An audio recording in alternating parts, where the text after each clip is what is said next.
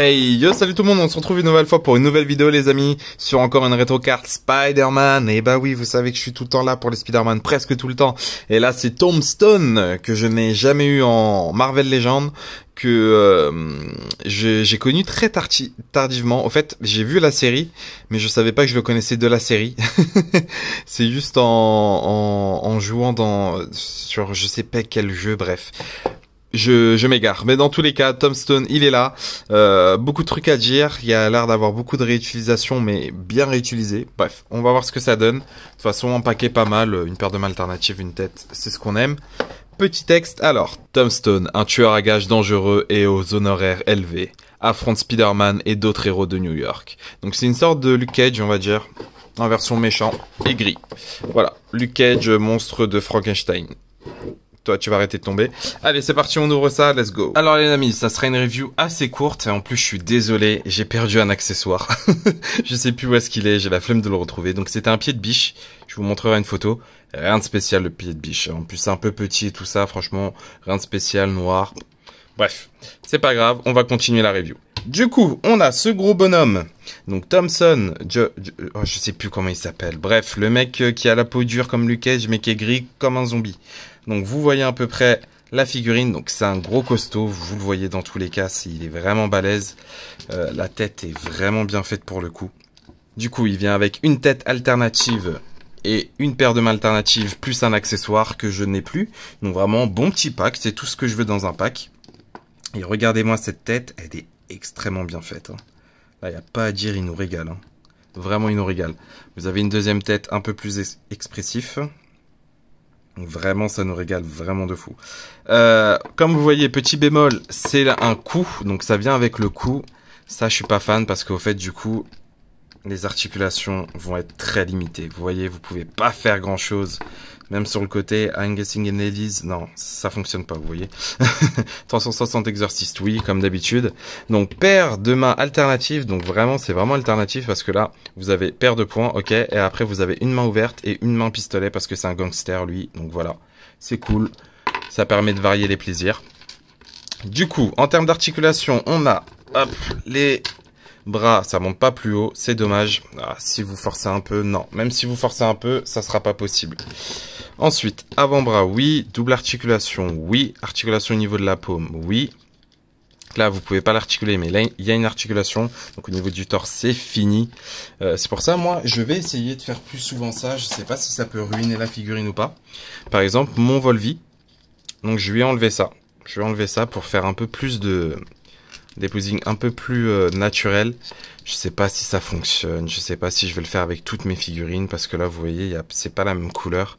Là vous avez un gros truc ici qui fait un peu moche. Donc essayez de le cacher, un truc comme ça quand vous prenez la photo, bref. Parce que vraiment ces costumes là, ça tue vraiment l'articulation et je suis pas si fan que ça. Donc le torse, il est bloqué, hein, vous pouvez rien faire avec.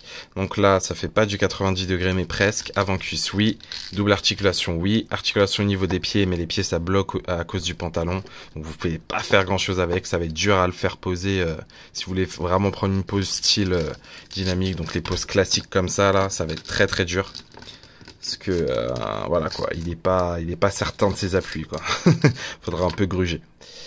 Hop, si je fais comme ça, si je le penche un peu, on va mettre un peu de poids ici, ouais, bref. Ça sera pas à plat, quoi. Ok. Donc, hops, et petite remarque quand même, Pidness, donc il y a rien du tout, et ça, c'est quand même de...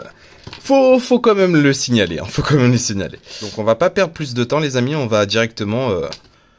Hops, le comparer à d'autres figurines. Oh, c'est parti. Donc, vu que c'est un ennemi de Spidey, bien évidemment, on va le comparer à du Spidey. Et un mec de Shield, parce que c'était à côté. Donc, vous voyez, c'est vraiment une grande bête. Hein.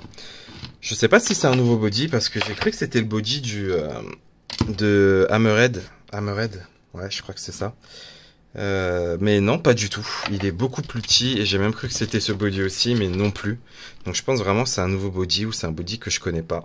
Parce que d'après moi, ce genre de body, c'est soit un peu plus fat comme Hammerhead ou Happy.